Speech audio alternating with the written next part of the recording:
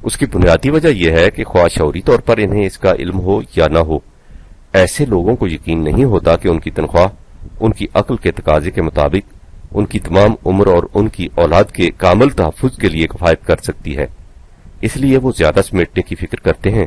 اگر انہیں یقین ہو جائے کہ ان کی اپنی اور ان کے متعلقین کی حفاظت کی پوری ذمہ داری کسی اور نے لے رکھی ہے تو اس کے بعد انہیں ناجائز طریقے سے کچھ حاصل کرنے کی ضرورت ہی نہیں رہتی۔ میں جانتا ہوں کہ ایسے لوگ بھی ہیں جن کے پاس اتنا کچھ ہے کہ وہ ان کی اور ان کی اولاد کے تحفظ کے لیے کافی سے زیادہ ہے، لیکن اس کے باوجود ان کی حوث زر اندوزی کی تسکین نہیں ہوتی۔ سو اول تو اس قسم کی ذہنیتیں ایب نارمل ہوتی ہیں اور ایک دوسرے سے بڑھنے کا جذبہ انہیں چین نہیں لینے دیتا۔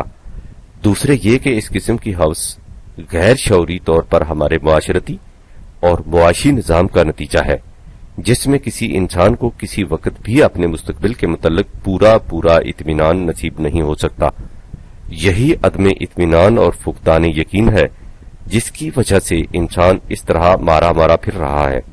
لہذا دو باتیں ہمارے سامنے آ گئیں، ایک تو یہ کہ ہر فرد معاشرہ کی اپنی اور اس کے متعلقین کی ذات کی حفاظت کے لیے سامان و ذرائع یعنی بنیادی ضروریات زندگی کی ذمہ داری کسی اور پر ہونی چاہیے، اور دوسرے یہ کہ اس ذمہ داری کے متعلق افراد معاشرہ کو پورا یقین ہونا چاہیے کہ اس میں کبھی کوتاہی نہیں ہوگی، یہ سہارا کبھی دگا نہیں دے گا، لا انفصام لہا، یہ رسی کبھی ٹوٹے گی نہیں۔ اب یہ بات واضح ہے سلیم کہ اگر کہیں ایسا معاشرہ قائم ہو جائے تو اس میں عقل کا وہ تقاضا خود پورا ہو جائے گا جس کی خاطر وہ انفرادی مفاد کے تحفظ کے لیے اس طرح حیران و سرگرداں پھر رہی تھی، اور اس مفاد کے حصول کے لیے جائز و ناجائز سب کچھ کر رہی ہے۔ جب عقل اس طرح مطمئن ہو جائے تو انسانی معاشرے کی بیشتر خرابیاں خود دور ہو جاتی ہیں۔ قرآن اسی قسم کا معاشرہ قائم کرنا چاہتا ہے، اسے وہ قیام صلاۃ کی جامع اصطلاح سے تعبیر کرتا ہے۔ اسی نظام کے متعلق وہ کہتا ہے کہ ان الصلاۃ تنہی عن الفحشاء والمنکر، 29/45۔ نظام صلاۃ فحشاء و منکر سے روکتا ہے۔ ان دو الفاظ پر غور کرو سلیم۔ فحش کے عام معنی تو حد سے تجاوز کرنا ہے، لیکن اس کے ایک معنی بہت زیادہ بخل کے بھی ہیں، چنانچہ سورہ بقرہ میں ہے الشیطان یعدکم الفقر ویامرکم بالفحشاء، 2/268۔ شیطان تمہارے دل میں تنگ دستی کا خوف پیدا کر کے تمہیں بخل کی تعلیم دیتا ہے۔ یہاں فحشاء کے معنی بخل ہیں، یعنی دولت جمع کر کے اپنی ذات تک سمیٹ رکھنا۔ دوسرا لفظ منکر ہے جس کا مادہ نکر ہے۔ اس کے اہم معنی عقل فریبکار، انٹیلیجنس مکسڈ ود کننگنس کے ہیں۔ تنہا کے معنی روکنا ہے، ناہیتا عقل کو کہتے ہیں، یعنی خود بھی ایک مقام پر پہنچ کر رک جانے والی اور دوسروں کو بھی روک دینے والی۔